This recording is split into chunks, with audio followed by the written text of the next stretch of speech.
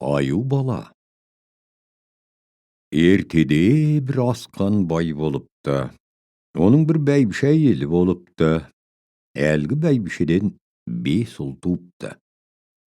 5 ұлы ер жетіп бай қартайып қайтыс болыпты. Бәйбіше әйелі 32 жасында жесір қалыпты. Сонан бір жылдары ел жайлаудан етекке түскен кезде жайланып жылдағы бір отыратын тау етегіндегі қонысында отырады. Сөйтіп отырғанда бір күні іңірде далаға шықса, бір нәрсе көтеріп алып қашып кетеді. Бәйбіше қорыққандығынан даусы да шықпайды. Сөйтсе аю екен дейді. Сол апарғанынан аю үңгіріне апарады. Бәйбіше үңгірде қамалып жатады. Жейтін тамағы алма, шикі ет, түрлі жемістер болады. Аю күндіз кетіп, түнде келіп түнеп тұрады. Түрлі жеміс етті әкеп тұрады екен. Сонан бәйбіше үйреніп, аюмен бірге күн өткізіп тұра береді. Ал енді қалған елдегі бәйбішенің балалары шешесінің қайда кетіп, қалай жоғалғанын қанша болжатып іздеп сұрастырса да ешқандай дерек біле алмай жан-жақтан сұрастыра береді. Олар сөйтіп жүргенде аюмен бірге тұрған бәйбіше бір күндерде жүкті болып 3 бала табады. Баласының біреуі адамзат болып, қалған екеуі аюға ұқсайды. Аюға ұқсаған балалар аңның майын сорып күн көреді. Адамға ұқсаған бала шешесін еміп ері жетеді. Бәйбішенің елден киген киімі тозғаннан кейін терден, жапырақтан үйтіп үстін жапсырады.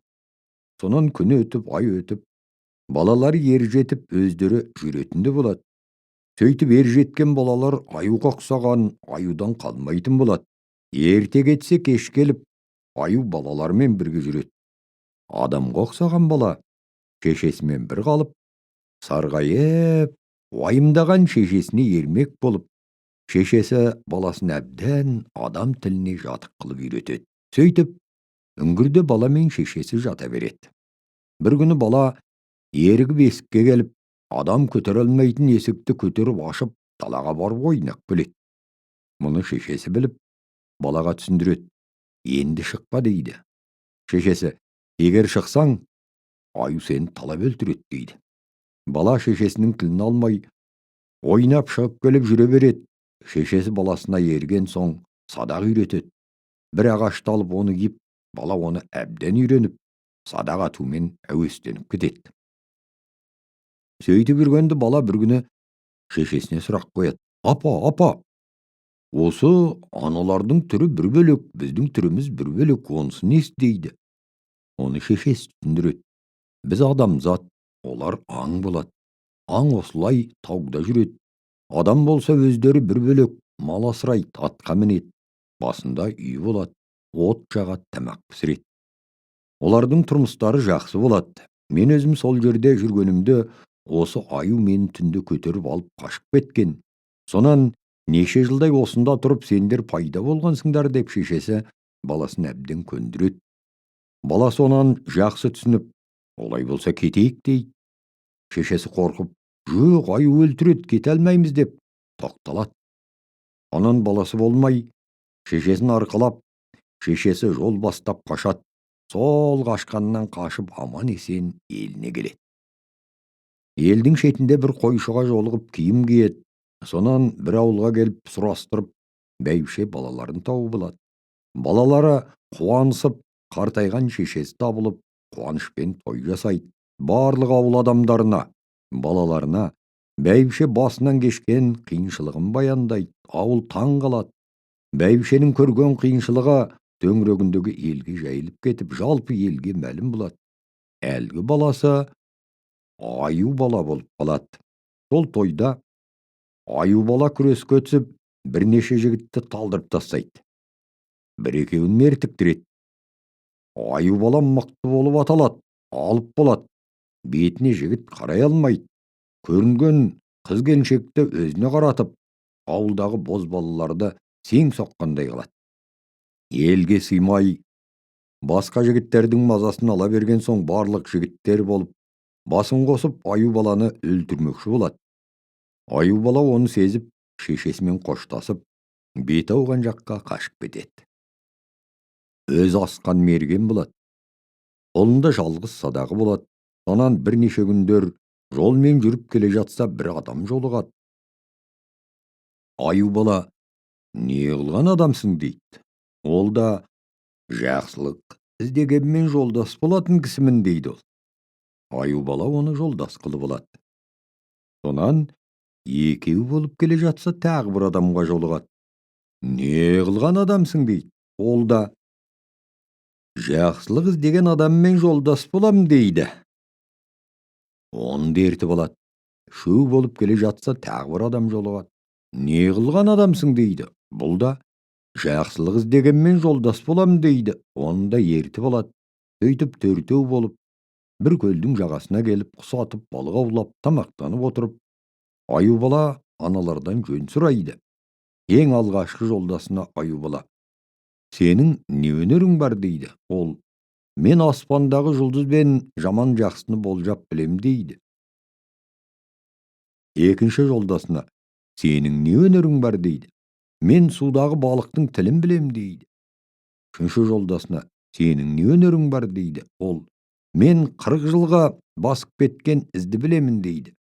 Сөйтіп аю бала өзінің өнерін айтады. Мен асқан мергенмін дейді. Бірақ менің жаным ұйықтағанда көк садақтың ұшында болады дейді. Аналар таң қалады. Сонан төртеуі бір ханның еліне келеді. Келсе бір үлкен жиын болып жатыр екен дейді. Әлгі жиынды сұрастырып білсе, бір бәйтеректің астында 400 қадам жерде ат басындай алтын бар деп, бір бақсының айтуы бойынша, хан 3 қызын бәйгеге тігіп, 2 күннің ішінде алтынды алып берген кісіге 3 қызымды отауымен мал бөліп беремін деп уәде жасап, егер айтқан күні алып бере алмаса, әлгі жігіттердің басын алады екен. Неше палуан мырза жігіттер уақытында алып бере алмай, ханның қолынан қаза тапқан екен. Бұл жиын соның жиын екен. Мұны естіп, төртеу ханға барып уәделесіп, уәделі күннен ерте қазып алып беріп, уәде бойынша хан 3 қызын отауымен малын бөліп береді. Сонан аю бала әлгі 3 жолдасына 3 қызды сүйгені бойынша қосып, ханның қасына орналастырып, өзі қоштасып, бір көрісерміз, қош болыңдар деп, өз бетімен жалғыз бір жаққа жүріп кетеді. Жалғыздан жалғыз бірнеше күндер өткен соң қалың тоғайға келеді. Осы қалың орман тоғайда бірнеше күн күнелтеді. Үлкен аңдар қамап әрең құтылып, ағаш басына түнеп, жан жақыстап жүреді. Өстіп жүргенде бір адамды көріп, әлгі адаммен аңдысып, әлгі адамды атып өлтіреді. Сөйтіп бір ағаштың басына шықса, бір талдың арасынан сызылып шыққан түтінді көріп, әлгі түтін шыққан жерге барады. Барса, бір қорғанның ішінде ақ отау тұр. Ақ отаудың ішіне кіріп келсе, бір асқан сұлу қыз отыр екен.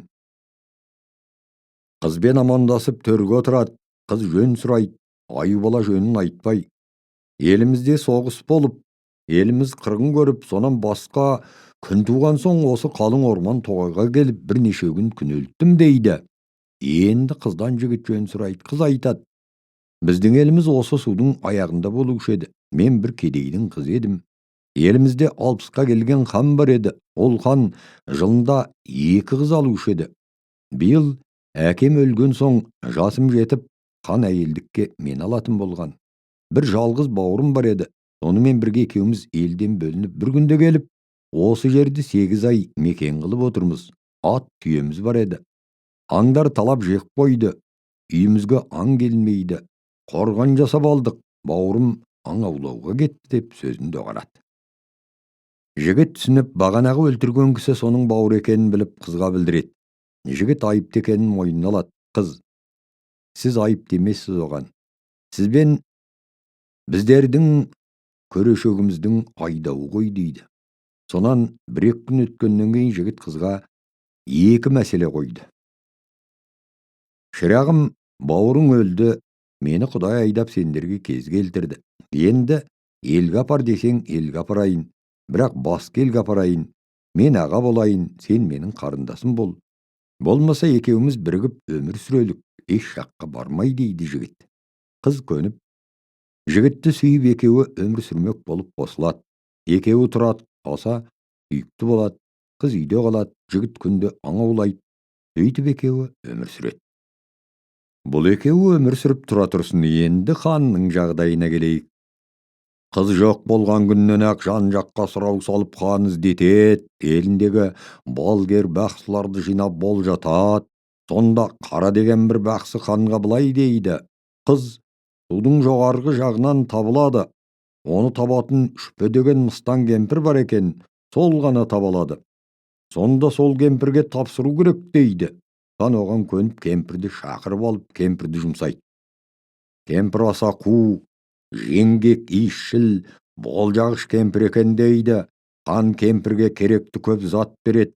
Жолға жеуге кемпір 2-3 қойдың өкпе бауырын алып кетеді. Ағып жатқан өзенді үрлеп, кемпір жүре береді. Бірнеше жоталар жүріп, аюбала тұрған қалың орманға келеді. Кемпірді аңғамай азап шегеді. Үйтіп кемпір амалдап аман қалады. Неше күн тоғайды аралап жүріп, кемпір бір күн таңертең аюбаланың үйін табады. Кемпір кіріп келеді. Аналар өздерінен басқа ол маңайда кісі көрмеген соң, олар қорқып қалады. Кемпірден жөн сұрайды. Кемпір былай дейді: қарақтарым, елімізде жаугершілік болып, қаңғырып шығып кетіп, сендерге душар болдым. Енесі жоққа ене болам, шешесі жоққа шеше болам дейді. Балшықтан кісі жасай алмай отырған аюбала шеше бол деп кемпірді шеше қылып алады. Кемпір әбден үйір болады. Аю жігіт аңға кетеді. Кемпір мен қыз әңгімелесіп бір-біріне ермек болып күнелтеді. Бір күні кемпір қызға басын қаратып отырады да: қарағым, күйеуің жақсы көре ме дейді. Қыз: жақсы көреді, оны неге сұрадыңыз дейді кемпірге. Кемпір: ой шырағым, біз жас күнімізде күйеуімізді әрқалай сынаушы едік қарағым, сен осы күйеуіңді сынап көрдің бе дейді. Қыз кемпірге: шеше, қалай сынаушы едіңіз?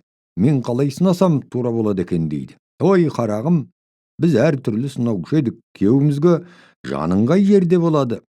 Сенің сүйгенің не, нені жақсы көресің деуші едік. Тағы анау-мынау сұрай беруші едік. Сен шырағым күйеуіңді сына, сынағанда жаның қай жерде деп сұра, айтпаса болма.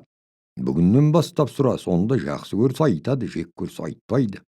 Қыз жарайды деп кешке келгенде сұрайды. Жігіт айтпайды. Ертеңінде кемпір: айтты ма дейді. Жоқ, айтпады дейді қыз.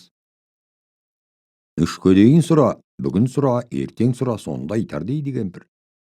Сонан қыз 2-3 күн сұрап, 3-ші күн жігіт айтады: мен өзім садақты жақсы көрушем, күнде ұйықтағанда жаным көк садақтың ұшында болады. Ертеңінде аюбала аңға кеткен соң кемпірге қыз айтады. Кемпір қуанып: ту, жақсы көреді екен ғой, өмірлерің ұзақ болсын деп жақсылық сөз айтады. Кемпір жігіттің жанын қайда екенін білген соң, бір күндері тұрады да көк садақтың ұшын ағып жатқан өзенге лақтырып тастап, өзі кейін қашып еліне кетеді. Бірнеше күнде еліне келіп ханға мәлім қылады. Таңертең қыз тұрып, оятса тұрмайды. Жігіттің өлетінін біліп, кемпір сұраған көк садақтың ұшы есіне түсіп, кемпірдің дұшпан екенін сонда ғана біледі. Жылайды, зарлайды. Сабыр етіп жігітті орап төсекке жатқызып қояды. Сонан ханның елінен ханның уәзірлері келіп қызды алып кетеді. Еліне барған соң хан қызды күң қылады. Басына ақ отау тігіліп, мола болып, аюбала өліп қалады. Қыз кетерінде көк садақты басына жастап кетеді. Үйді бекітеді, аң кірмейтін қылады. Жігіт пен қызды қоя тұрып, енді баяғы ханның қыздарын алып ханның қасында қалған 3 жолдасына келейік. 3 жолдасы мал жалданып, жанданып кеткен екен дейді. Бір күні болжағыш жолдасы болжап отырып, аюбала сондайды халге ұшырағанын біледі. Жолдастарына айтады. Бәрі ақылдасып, қаруланып, қос-қостан ат мініп іздеуге шығады. Сонда 40 жыл басып кеткен ізді білетін бір жолдасы ізбен келіп, неше күндер жүріп іздеп табады. Келсе бір ақ отауда жатқан аюбаланы көреді. Olay oylap, bulay oylap, Köksadak'ta Ayıbalanyň başýagyndan tagup alyp, Köksadakdyň uşa ägillerdiň esine düşüp, boljak iş boljap, kempirdiň suga tastagan bilet-de, balyk delen biletin joldasy sudagy balykdan suraýt. Balyk deletin biletin adam sudagy balykdan surastyryp, Köksadakdyň uşuny tagup alyp, ony pyk maý bilen maýlap, Köksadakdyň basyna şuň gigizip, Aýybalany 3 gün içinde teriltip alat. Aýybala körgen bilgenini aýdyp, kempirdiň gelgenini aýdyp joldaşlaryna düşündüret. Sonan sol yerden atlanyp, törtöwi birdei kızdy algan hanga gelip, bir tün han döltürüp, kündükde jürgen Aýybala äýelini bosatyp alyp, 4 joldasy men sol elden oljaly bolup gaýdyp gelip, üýde köşürtip alyp, ana 3 joldasynyň kasyna baryp, törtöwi birdei däwren sürüp, tatuw bolup ötüpdi diýdi.